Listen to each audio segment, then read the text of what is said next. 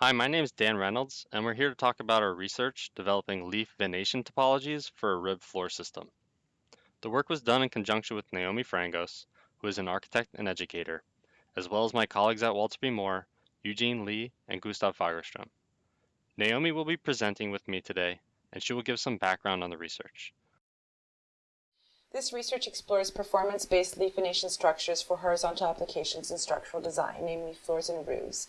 And it builds on our previous work using venation branching algorithms that are based on stress density to incorporate supports at multiple column locations. It also aims to reduce material usage in a meaningful knockoff effect on embodied carbon building construction. And it proposes a novel generative method to do so for allocating material in proportion to stress distribution within the slab through efficient rib layouts.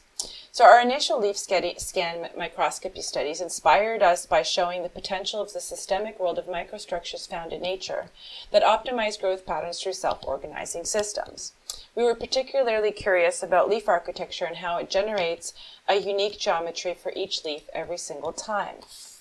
So we modified our previous studied algorithm, here shown on the left, to examine how venation patterns that terminate in closed cell conditions, as shown on the right, rather than open-ended ones, can generate structural efficiency through the relationships between topology, geometry, and material mechanics.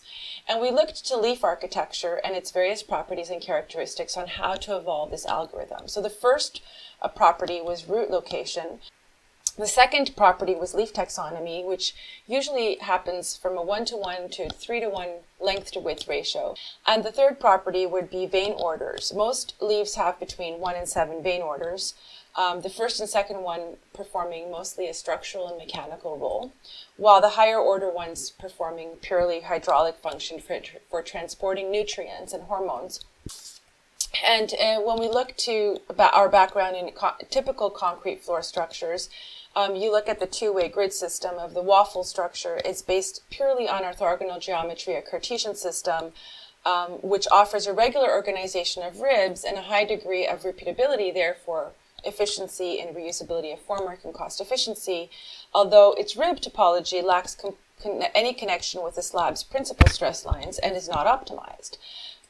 In comparison to Nervi's Wolf factory slab system on the right, deviates from this system using a radial system that integrates forces at play at each column point load for organizing its ribs, which is very similar to a leaf's concentration of its primary structural vein growth originating at the root attachment. Thanks, Naomi. We build off prior work based on Runyon's algorithm, where a distribution of so-called AUXIN sources, or points in the domain, direct the growth of vein curves towards local neighborhoods of such AUXIN sources. As veins get close enough to an AUXIN source, it is deactivated and removed from the population. Shown here is branching from a single root location.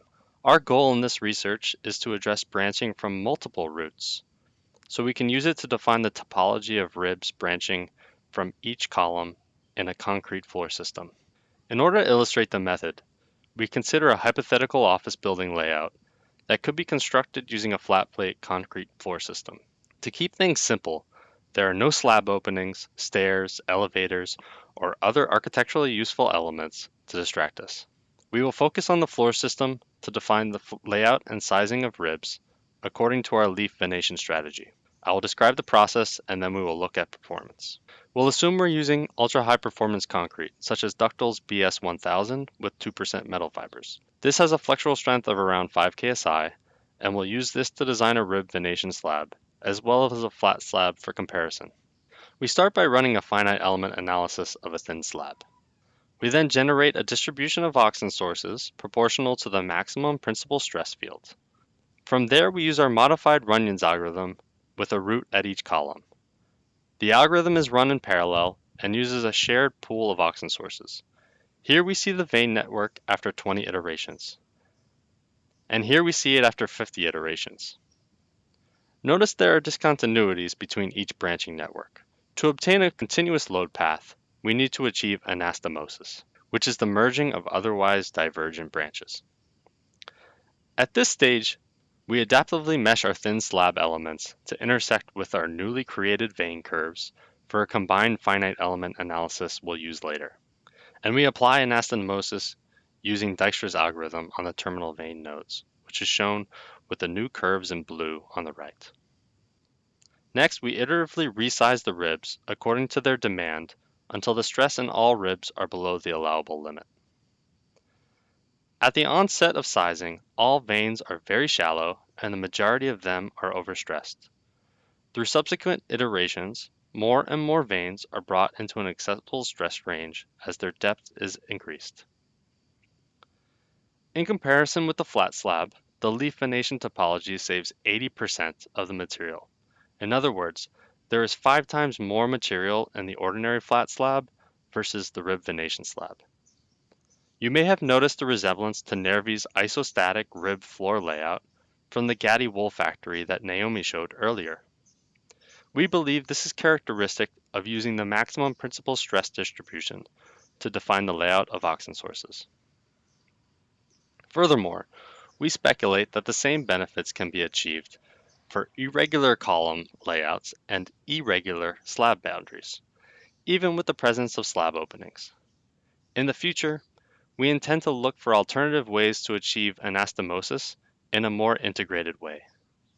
The true test of how feasible this approach can be for a real-world application will be to fabricate a prototype and evaluate the economics.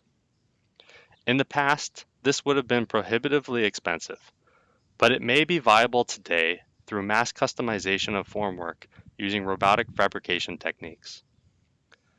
Thanks for watching. We'd also like to thank these individuals for making the research and this video a reality.